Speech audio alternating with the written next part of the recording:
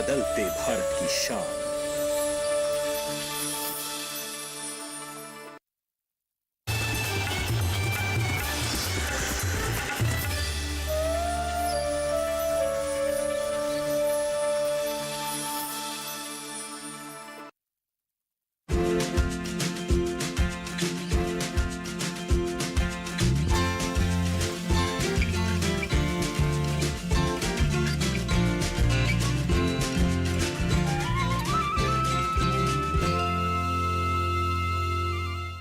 नमस्कार, मैं पंकज कुमार। स्वागत है आपका हमारे कार्यक्रम प्रगति की राह पर में।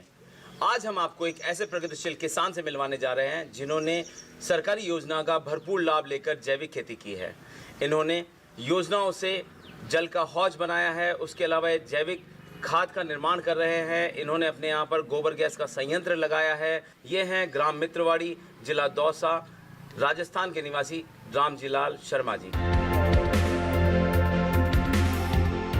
रामजीलाल ऐसे जैविक खेती करने वाले किसान हैं जिन्होंने सरकार की सहायता का भरपूर उपयोग किया। इन्होंने बागवानी में बील, मौसमी, नींबू आदि का बागान लगा रखा है। इन्होंने कच्चे धौरे में बागवानी लगाने का नया तरीका अपनाया जिससे इनको सालों साल आमदनी होगी। ये डेयरी चला करके भी अच्छी आय प्राप्त करते हैं और इसके लिए इनको कई पुरस्कारों से सम्मानित भी किया गया है। तो चलिए आइए मिलते हैं रामजीलाल जी से। रामजीलाल जी, आप किस तरह सरकारी योजनाओं का लाभ ले रहे हैं, हमारे किसानों को बताइए। सर, मैंने 2004 में पहले वर्मी कंपोस्ट का प्लांट लगाया, छोटा 25 मेट्रिक टन का। फिर मैंने उसको 2007 में बड़ा कर दिया, तो उसमें मुझे 1,25,000 रुपये की सब्सिडी वर्मी कंपोस्ट प्लांट में। उसके बाद में मुझे गोबर की आवश्यकता हुई, तो मैंने डेयरी के लिए 10 भैंसों का फाइनेंस करवाया, ऋण लिया। उसमें मुझे 1,25,000 रुपये डेयरी से मिले। फिर मैंने उसका चारा भंडारण के लिए रूरल गोडाउन की स्थापना करवा ली। उसमें 2,62,500 रुपये मुझे गोदाम पे सब्सिडी मिली। उसके बाद मैंने सोचा अब अपने को पानी की आवश्यकता है, तो एक अपना सोलर लगवा लिया। तो सोलर में मुझे 4,30,000 की सोलर से सब्सिडी मिली। उसके बाद में मैंने एक जल हौज बना दिया। रामजीलाल जी, जल हौज के क्या फ़ायदे हैं हमारे किसान भाइयों को बताइए। तो जल हौज बनाया तो पानी इकट्ठा करने के लिए था, भाई पानी इकट्ठा होता रहेगा। पर मैंने उसको स्विमिंग पूल का रूप भी दे दिया। उससे क्या है, बच्चों की कसरत, व्यायाम हो जाता है और वही पानी अपनी फसल को काम आता है। प्लस उसका एक फायदा और है कि जैसे अपनी 3 HP की मोटर है, 1.5 इंची का पाइप है जी, तो ये पानी थोड़ा थोड़ा आता है, इसमें स्टोर हो जाता है पानी। स्टोर पानी हो जाता है तो फसल को जैसे अपन ने वाल खोला तो एक साथ तो पानी स्पीड से जाता है, तो ज़्यादा ज़मीन को पानी पिलाया जाता है। दूसरा फायदा ये है इसका कि जैसे रात को बिजली आ रही है अपनी, और रात को ठंड से बचने के लिए अपन इसमें जल हौज में चला के अपन आराम से सो जाते हैं और जब सुबह देखते हैं तो जल हौज भरा मिलता है। जब अपन को टाइम होता है दिन के हिसाब से, जब अपन उसको आराम से खेत में अपने पानी दे लेते हैं। दूसरा, जैसे धूप में गर्मी तगड़ी पड़ रही है, उस वक्त अगर अपन फसल को पानी देंगे तो फसल खराब हो जाएगी। अपन उसमें ठंड के, जब अपन को शाम सुबह का टाइम होता है, तब अपन उसको वाल खोल के अपना खेत को पानी पिला देते हैं। सर, मुझे 80,000 रुपये जल हौज पे कृषि विभाग से अनुदान प्राप्त हुआ है। तो देखा आपने, आप भी इस तरह से जल हौज का निर्माण कर सकते हैं और सरकार से अनुदान प्राप्त कर सकते हैं। कम पानी में अक्सर किसान गाय और भैंसों के लिए हरा चारा नहीं लगा पाते, परंतु रामजीलाल कम पानी से अजोला की खेती कर 12 महीने चारे का उत्पादन करते हैं। अजोला पौष्टिक होने से गाय और भैंसों में दूध की मात्रा भी बढ़ती है।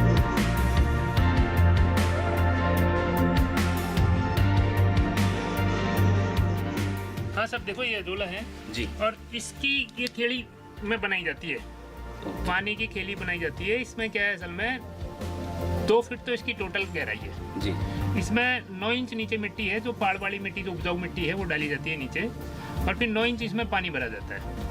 उसके बाद में सर यही सीड है इसका, ये इसमें डाला जाता है और 20 दिन बाद में ये उत्पादन स्टार्ट कर देता है अपना। इस एक नाली से अपन 1 किलो अजोला डेली ले सकते हैं। 1 kilo azolla daily 1 kilo daily ले सकते हैं। यहाँ अपन ने ये 5 नालियाँ बनाई हुई हैं, तो 5 भैंसों के लिए ये संपूर्ण पशु आहार है मानिए। इसके अलावा कुछ भी और आहार देने की आवश्यकता नहीं। देखो, अब जितना अपन देंगे तो उसका दूध अपने को एक्स्ट्रा मिलेगा जी। तो ये प्रत्येक किसान को अपने खेत पे लगा लेना चाहिए। इससे हरे चारे की पूर्ति भी होती है, प्लस दूध में फैट भी बढ़ती है। रामजीलाल जी, एक बार बीज डालने के बाद कितना उत्पादन इससे हो जाता है और कब तक इसका उत्पादन हम ले सकते हैं? सर, तो एक बार बीज डालने के बाद इसको दोबारा डालने की आवश्यकता नहीं है, यही बढ़ता रहता है। इसमें से डेली अपन 5% निकाल लें जी, 95% इसी में रहने दें, कल तक वो 5% फिर बढ़ जाएगा। यानी कि एक बार जो बीज है वो कब वो तक निरंतर सालों साल चलता रहेगा, निरंतर सालों साल चलता रहेगा। मैंने 2011 में लगाया था ये, और अब 21 चल रहा है, 10 साल हो गई वो बीज है। खाली पानी 3 महीने में पानी चेंज करते हैं, साल भर में मिट्टी चेंज करते हैं। तो हमारे किसान भाई को बताइए किस तरह से आपने शेडिंग यहाँ पर की है और किस तरह से अजोला में ये सब चीज़ें काम आती है। सर ये शेड नेट लगाया हुआ है जी, और असल में इसको क्या है, धूप भी चाहिए, 50% धूप चाहिए, 50% छाँव चाहिए, इसलिए 50% का शेड नेट इसमें लगाया हुआ है। इससे क्या है, धूप जितनी इसको चाहिए उतनी मिलती रहती है, इससे इसका उत्पादन निरंतर बना रहता है। और दूसरा क्या है, गर्मियों में हवाएं चलती हैं तो ये अपने पेड़ों के पत्ते इसमें नहीं आए। अच्छा, ठंड का क्या प्रकोप है इसके ऊपर, आप वो भी बताइए। ठंड का अगर ये खुला रहेगा तो जब सर्दी पड़ेगी, यहाँ बर्फ पड़ती है जैसे सर्दियों में, तो फिर ये जल जाएगा पूरा, फिर इसका उत्पादन अपन नहीं ले पाएंगे। इसलिए इसको ये नेट इसमें सर्दियों में भी जरूरी है और गर्मियों में भी जरूरी है। देखा जाए तो जिस फसल में इसका पानी जाएगा उस फसल की ग्रोथ बहुत अच्छी होगी। अच्छा, यानी कि पशुओं के साथ साथ इसको फसल के लिए भी रूप इसका में भी पानी उपयोगी। जी सर, जी सर। तो देखा किसान भाइयों, आपने जिस जगह पर आप हरा चारा उत्पादन नहीं कर सकते, वहां पर आप इस छोटे से शेड बना करके छोटे से एरिया में अजोला की उत्पादन कर सकते हैं और इससे दूध का उत्पादन बढ़ा सकते हैं, फैट की मात्रा बढ़ा सकते हैं और साथ ही साथ इसके बचे हुए पानी से आप जैविक खेती भी कर सकते हैं। हमारे साथ आज यहाँ पर एक और स्थानीय किसान हैं, ये भी अजोला की खेती करते हैं। हम इनसे जानते हैं कि अजोला की खेती करने से इन्हें क्या फायदे हुए। अजोला की खेती हमारे पशुओं के लिए बहुत ही उपयोगी है। इसके बारे में हमको भी पहले पता नहीं था, लेकिन हमने रामजीलाल शर्मा जी से इसके बारे में कुछ इंट्रोडक्शन दिया इसने, तो हमने भी इसकी खेती की है। पशुओं के लिए बहुत लाभदायक है, हरे चारे के लिए भी इसकी मात्रा पर्याप्त होती है, ये सालों साल चलता है और दूध क्षमता भी इसकी काफ़ी बढ़ाता है। हमारे साथ हैं दौसा जिले के पशु चिकित्सक डॉक्टर लोकेश शर्मा। हम इनसे पूछते हैं कि अजोला किस तरह से पशुओं के लिए फायदेमंद है। आज के समय में हमारे क्षेत्र के अंदर प्रगतिशील पशुपालक भाई रामजीलाल जी शर्मा ने अजोला की खेती कर रखी है। इस अजोला की खेती के अंदर इन्होंने काफ़ी पशुपालकों को एक तरीके से मोटिवेट भी किया है और इसके कारण हमारे क्षेत्र में काफ़ी लोग अजोला की खेती करने लगे हैं। मुख्यतः आज के समय में पानी की उपलब्धता कम है, ज़मीन भी कम हो रही है और पशुपालन के अंदर दुग्ध की मात्रा भी जो बढ़ती जनसंख्या के कारण दुग्ध की मात्रा की अधिक आवश्यकता है। इस समय विशेष के अंदर सबसे खास बात तो ये है कि अजोला कम समय में कम एरिया के अंदर अच्छा प्रोडक्शन देता है। कंसंट्रेशन राशन की वैल्यू ज़्यादा आती है और इसकी कॉस्ट कम पड़ती है, तो एवरेज एक पशु के ऊपर पर डे 40 रुपये का इसमें बेनिफिट आ जाता है। सर असल में क्या है, जैविक खेती की रीढ़ की हड्डी है वर्मी कंपोस्ट।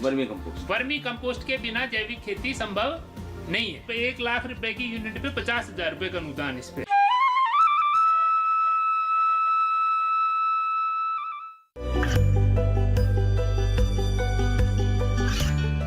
गांवों और पिछड़े क्षेत्रों में सरकारी योजनाओं की जानकारी पहुंचा। देश में कौशल और क्षमता विकास कर ग्रामीणों को सामाजिक बदलाव और विकास से जोड़ने की दूरदर्शन किसान की पहल चौपाल चर्चा देखें सोमवार से शुक्रवार सुबह 9 बजे।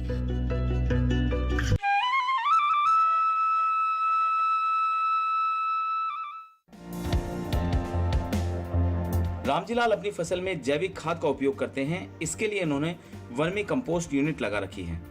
इस यूनिट से प्राप्त खाद अपने फसलों में देने के साथ साथ ये अन्य किसानों को बेच करके भी आय प्राप्त करते हैं। जैविक खेती में वर्मी कंपोस्ट का बहुत महत्वपूर्ण योगदान होता है। हमारे किसान रामजीलाल जी यहाँ पर वर्मी कंपोस्ट बनाते हैं और उसका उपयोग भी करते हैं अपने खेतों में। तो हम जानते हैं इनसे वर्मी कंपोस्ट बनाने की विधि। रामजीलाल जी, हमारे किसान भाइयों को बताइए आप किस तरह से वर्मी कंपोस्ट यहाँ पर बना रहे हैं। देखिए पंकज जी, जी सर, ये वर्मी कंपोस्ट तैयार हो रही है। इसमें क्या है, अपने पशुओं का गोबर है जी, और इस गोबर में आइसिनिया फोइटिडा प्रजाति के केंचुए अपन ने छोड़े हुए हैं। कौन सी प्रजाति? आइसिनिया फोइटिडा ओके, प्रजाति के केंचुए छोड़े हुए हैं और ये गोबर को खा रहे हैं, फिर वर्मी कंपोस्ट में बदल रहे हैं। ये सारा गोबर इनकी आंतों में होके निकलता है। इनकी आंतों में निकलने के बाद इसकी उपजाऊ क्षमता बहुत ज़्यादा बढ़ जाती है। जहाँ अपन 20 ट्रॉली गोबर की डालते हैं, वहाँ 1 ट्रॉली वर्मी कंपोस्ट की डालेंगे तो उसकी पूर्ति फसल को दे देगा। अब इसमें क्या है, देखो बनाने की विधि 3 फीट तो इस बेड की अपन ने चौड़ाई ली है, 1.5 फीट गोबर की ऊंचाई ली है अपन ने, ठीक है। 1.5 फीट से ज़्यादा नहीं होनी चाहिए। अगर 1.5 फीट से ज़्यादा ऊंचाई पे डाल देते हैं तो गर्मी बढ़ जाती है, उसमें केचुए ढंग से सर्वाइव नहीं हो पाते। तो किसान भाइयों, इसमें देखने की बात यह है कि इसकी चौड़ाई 3 फीट से ज़्यादा ले लें, गोबर जहाँ अपन डालें उसकी बेड की, और ऊंचाई 1.5 फीट से ज़्यादा ले लें। और डेली इसमें पानी का हल्का छींटा दें जिससे गोबर में नमी बनी रहे, इससे केचे ज़्यादा डेवलप होते हैं। आपने ये ऊपर से ये लगाया है, उसके बारे में? ये एग्रोवेस्ट है जी। ये असल में क्या है, अंधेरा रखता है, प्लस अपना धूप से भी इसको बचाता है। जैसे अब गर्म हवाएं चलेंगी जी, तो ये धूप से इसका बचाव करता है। और ये जो क्यारियां हैं वो कितने लेंथ पे अपन बना सकते हैं, या उसके लिए कोई पर्टिकुलर जगह है कि अपन यहीं पर निश्चित तौर पर बनाएं? देखो, ये किसान के ऊपर निर्भर करता है कि उसके पास कितनी जमीन है, कितना पशुधन है, कितना वर्मी कंपोस्ट वो लेना चाहता है। बाकी यहाँ मैंने 4000 स्क्वायर फीट का ढांचा पूरा बनाया हुआ है। इसमें मैं 150 टन वर्मी कंपोस्ट हर साल उत्पादन ले रहा हूँ। 100 टन तो मेरे खेतों में ही डालता हूँ, 50 टन का मैं मार्केटिंग भी करता हूँ, जिसमें 5 किलो, 10 किलो और 50 किलो की मेरी पैकिंग है। इसका क्या प्राइस आप बेचते हैं? जी, ये 7 रुपए किलो बेचता हूँ। 7 रुपए किलो? जी। अच्छा, इसके लिए भी कोई सब्सिडी, कोई योजना है सरकार हाँ, की? इसमें हॉर्टिकल्चर से सब्सिडी है 50,000 रुपए, 1 लाख रुपए की यूनिट पे 50,000 रुपए का अनुदान इस पे है। 1 लाख रुपए की यूनिट पे 30 बाई 20 की कोई यूनिट बनाता है। 30 फीट वो साइड लेते हैं, 30 फीट लंबा लेते हैं और 20 फीट चौड़ा लेते हैं। उसमें 6 बेडें होती हैं और उस पे उसको 50,000 रुपए का अनुदान मिलता है। रामजी लाल जी, हमारे किसान भाइयों को बताइए कि इस वर्मी कंपोस्ट का उपयोग आप किस तरह से करते हैं? सर, असल में क्या है, जैविक खेती की रीढ़ की हड्डी है vermi compost. Vermi compost, vermi compost के बिना जैविक खेती संभव नहीं है। अब इसको क्या है, अपन जैसे ही पड़ेवा करते हैं, गेहूं की बुआई करते हैं, तो उस वक्त इसको छिड़क देते हैं और फिर जुताई कर देते हैं, तो मिट्टी में पूरी तरह मिल जाता है। और फिर अपन इसमें गेहूं की उड़ाई कर देते हैं, तो बहुत फर्स्ट क्लास उत्पादन इससे अपन को मिल रहा है। करीब 15 साल से मैं जैविक खेती कर रहा हूँ। 2004 में मैंने वर्मी कंपोस्ट का प्लांट लगा लिया था, तब से मेरी जैविक खेती चालू है। और उसी जैविक खेती के कारण आपके जो गेहूं है वो 80 रुपए किलो बिक रहे हैं? जी जी। तो देखा किसान भाइयों आपने, आप भी इस तरह से वर्मी कंपोस्ट को अपने खेत में बना सकते हैं और लगा सकते हैं। उसके लिए सरकार से अनुदान भी मिलता है और उत्पादन में भी बढ़ोतरी होती है। रामजी लाल जी, हमारे किसान भाइयों को बताइए कि किस तरह से इस वर्मी कंपोस्ट का उपयोग हम खेतों में कर सकते हैं? जी, ये आपने सही क्वेश्चन किया। असल में किसान ज्यादातर कच्चा गोबर डालते हैं जी, और कच्चे गोबर से खेत में दीमक पैदा हो जाती है, जो पहले उस गोबर को खाती है और फिर उस फसल को नुकसान करती है। इसलिए सभी किसानों से मेरा अनुरोध है कि वो गोबर को वर्मी कंपोस्ट में बदल के अपने खेत में डालें, जिससे उत्पादन ज़्यादा भी हो और स्वास्थ्यवर्धक भी हो। अब मैं बताऊं आपको, 1 बीघे में गेहूं में ये अपन 30 बैग मतलब 15 क्विंटल डाल सकते हैं, और 1 बैग की कीमत मेरे यहाँ 350 रुपये में मिलता है 1 बैग। हमने देखा है कि वर्मी कंपोस्ट वैसे तो बहुत ही सस्ता मिलता है, 150 रुपये में भी मिलता है, 100 रुपये मिलता है, कहीं कहीं वो 200 रुपये तक मिलता है। लेकिन आप किस तरह से इसको वर्मी कंपोस्ट को बनाने के 350 रुपये में आप उससे बेच रहे हैं? जी, मेरे यहाँ क्या है, हर धंधे में ईमानदारी है। मैं इसमें से वर्मी वास नहीं लेता। वर्मी वास लेने के बाद में वर्मी कंपोस्ट की गुणवत्ता कम हो जाती है। मैं इसका वर्मी वास इसी में रहने देता हूँ, इसलिए ये फसल को ज़्यादा उपयोगी है। और अपन जैसे पेड़ों में लें तो आम के बड़े पेड़ में अपन 40 किलो दे सकते हैं। एक गमले में अपन लें तो 500 ग्राम से 1 किलो ले सकते हैं। तो गमले में भी वर्मी कंपोस्ट से जो सब्जियां अपन जो भी फूल लेंगे उनका उत्पादन बहुत अच्छा मिलेगा।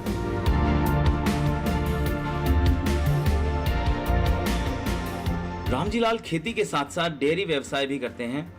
ये मुर्रा भैंसों का पालन करते हैं। भैंसों से प्राप्त गोबर का उपयोग गोबर गैस प्लांट में कर गैस का उत्पादन करते हैं। अपनी रसोई में इसी गैस से ये खाना बनाते हैं। इस बायोगैस संयंत्र को बनाने में आपको कितना लागत लगी, हमारे किसान भाइयों को बताइए, और किस तरह से आपने इसको बनाया? जी, ये 4 घन मीटर का है। मैं दिखाऊँ आपको। इसमें करीब अपना 50,000 रुपये का खर्चा हुआ था उसमें, और 12,000 रुपये इसमें हमको सब्सिडी मिली थी। डाला जाता है जी, और ये पानी की नली लगी हुई है, इस वाल खोला पानी आ जाता है। तो इसको पंखे को घुमाया जाता है यूँ, और ये गोबर पानी मिक्स हो जाता है, और फिर ये शटर उठाया और ये गोबर सारा इस चैम्बर में चला जाता है जी। इस चैम्बर में जाने के बाद गैस बनती है। गैस अपनी रसोई में जा रही है और इसकी सैलरी उधर गोबर कलेक्शन सेंटर में जा रही है, तो उससे वर्मी कंपोस्ट बन रहा है, गैस से अपनी रसोई का गोबर एकत्रित हो जा रहा है वहाँ पर, हाँ, जी। है ना, इकट्ठा करने के बाद उससे हम वर्मी कंपोस्ट बना जी रहे हैं। जी जी जी। और जो बाहर है आपने कलेक्शन सेंटर बनाया है गोबर का, जी, ठीक है, उसमें आप जो भी गोबर इकट्ठा होता है उसको आप वहाँ डाल लेते हैं वो फिर वहाँ वर्मी कंपोस्ट प्लांट में चला जाता है। जी। रामजी लाल का पूरा परिवार 5 बेटियों, 1 बेटा और पत्नी सभी खेती में हाथ बटाकर इनका सहयोग करते हैं। फिर हमें पढ़ाई से जितना भी टाइम मिलता है ना, उसमें हम पापा की हेल्प करते हैं। जैसे पापा को कहीं जाना होता है तो हम यहाँ पर भी संभाल लेते हैं। भैंसों का काम, जैविक खेती में भी हेल्प करते हैं, निराई गुड़ाई में भी हेल्प करते हैं, और भैंसों को पानी पाना, चारा डालना, सब कुछ करते हैं। और पापा के दूर दूर से किसान भी आते हैं प्रशिक्षण लेने के लिए, तो उन्हें भी हम संभाल लेते हैं। तो अपन ने जब चारों तरफ देखा सब पेड़ हो रहे हैं, आम के क्यों नहीं हो रही, तो देखा कि आम के पेड़ में दीमक आ रही है। दीमक को कैसे रोका जाए, तो वो तकनीकी अपने समझ में आ गई।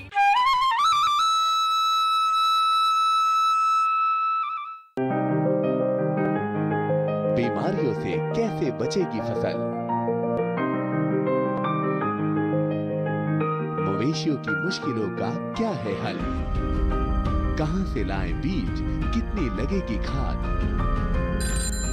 किसानों के हर फोन का विशेषज्ञ देंगे जवाब। देखिए हेलो किसान लाइव सोमवार से शुक्रवार शाम 6 बजे।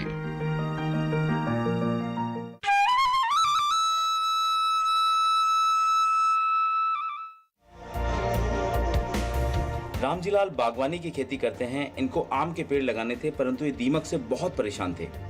इन्होंने एक ऐसा तरीका निकाला जिसमें पहले मौसमी का पेड़ लगाया और मौसमी के पेड़ की जड़ में इन्होंने आम का पेड़ लगाया, जिससे इनको दीमक से छुटकारा मिला। आज इनके बागान में आम के पेड़ ही पेड़ हैं। रामजी लाल जी, हमने सुना है कि आम का पेड़ जो होता है उसको दीमक पनपने नहीं देती, और मैं यहाँ पर आपके बागानों में देख रहा हूँ कि बहुत सारे आपने आम के पेड़ लगा रखे हैं, तो किस तरह से आपने इनको लगाया है? कि ये पक्की बात है, असल में आम के पेड़ को दीमक सबसे पहले पकड़ती है जी। तो अपन ने जब चारों तरफ देखा सब पेड़ हो रहे हैं, आम के क्यों नहीं हो रही, तो देखा कि आम के पेड़ में दीमक आ रही है। दीमक को कैसे रोका जाए, तो हमने क्या है, फसल में सबसे पहले मौसमी लगाई थी, और मौसमी की जड़ में एक आम की गुठली लगा दी। उस गुठली से वो आम का पेड़ तैयार हो गया। तो वो तकनीकी अपने समझ में आ गई कि कोई भी मौसमी वर्गीय पौधा, नींबू वर्गीय पौधा होता है, उसकी जड़ के आसपास दीमक नहीं आती। तो मैंने इस तकनीकी से 50 आम के पेड़ तैयार कर दिए।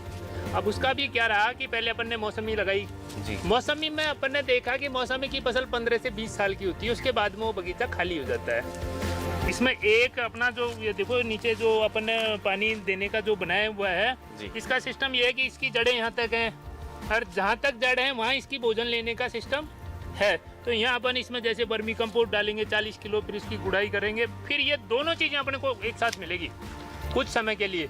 फिर ये मौसमी का पेड़ चला जाएगा, और ये 100 साल की फसल है। आम 100 साल चलेगा। इसके पास में ये बेलपत्र हो गया, ये 200 साल चलेगा। तो मेरे बाद भी मेरी आने वाली 7 पीढ़ियों को ये आराम से फल देता रहेगा। हमारे किसान रामजी लाल ने एक नया नवाचार किया कि मौसमी के पौधे में उन्होंने आम का पेड़ उगा दिया। तो हम जानते हैं, आज हमारे साथ हैं यहाँ पर उप निदेशक कृषि के शंकर लाल मीणा जी। शंकर लाल जी, ये नवाचार जो रामजी लाल जी ने किया, इसके बारे में आप क्या कहना चाहेंगे? हमारे देश में कई किसान भाई नवाचार करते हैं। ऐसा ही नवाचार हमारे दौसा जिले के प्रगतिशील काश्तकार श्री रामजी लाल जी ने किया है। इन्होंने जो मौसमी के पेड़ की जड़ों में आम की गुठली उगाई है, और गुठली उगाने से इनका मानना यह है, जो मैंने देखा भी है, कि इससे दीमक का प्रकोप बहुत कम हुआ है। और इसमें यदि ऐसा दीमक का एक नया शोध का विषय है, और ऐसा यदि ये रिसर्च सफल होती है, तो ये हमारे जिले के काश्तकारों को और दूसरे अन्य कई काश्तकारों से बहुत सारा लाभ मिलेगा। रामजी लाल ने अपने खेत के चारों ओर मेड़ कर फसलों को पानी देने के लिए कच्चा दोहरा बनाया है, जिसमें ये बागबानी और सब्जी की खेती करते हैं। कम पानी में ये अधिक फसल लेते हैं।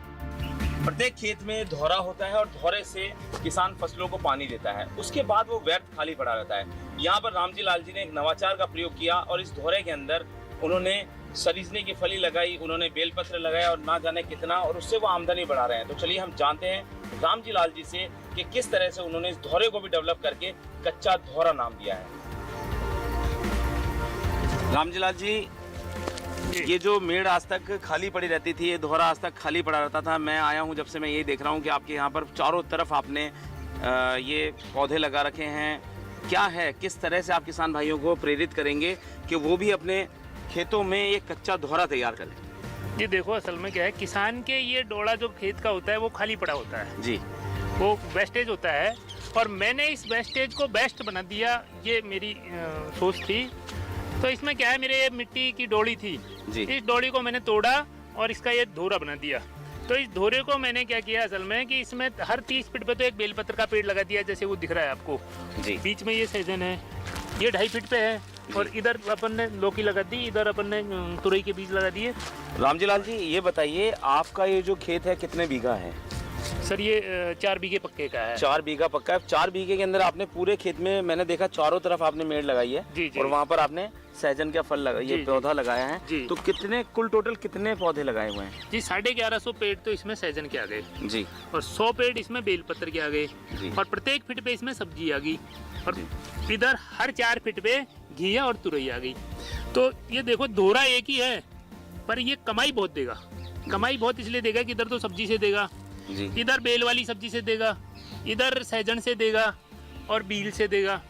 मैंने ये देखा आपने सभी सहजन के जितने पौधे हैं इनकी कटिंग की हुई, जबकि सहजन का पौधा भी बहुत बड़ा पेड़ बन जाता है। जी जी। तो ये किस तरह से, यानी कि आप, मैं ये देखिए सभी पेड़ जो भी हैं आपने पौधों को कटिंग, तो क्या ये इसी साइज के रहने वाले हैं? जी ये क्या है, साल में इसकी 2 बार कटिंग लेता हूँ मैं। जी, वो इसलिए लेता हूँ कि अपन को बील को ऊपर लेके जाना है, सहजन की नीचे लेके जानी है। इस सहजन में से अपन इसकी जो पत्तियां हैं, इसकी मोरिंगो नाम की जो टैबलेट आती है, जो इसकी पत्तियों के पाउडर की आती है, और जब अपन को फली लेनी होती है तो अपन इसकी एक क्रॉप नहीं लेते, एक बार नहीं काटते, तो इसके फुटान हुई और उस पर फूल आया, फली आ जाती है।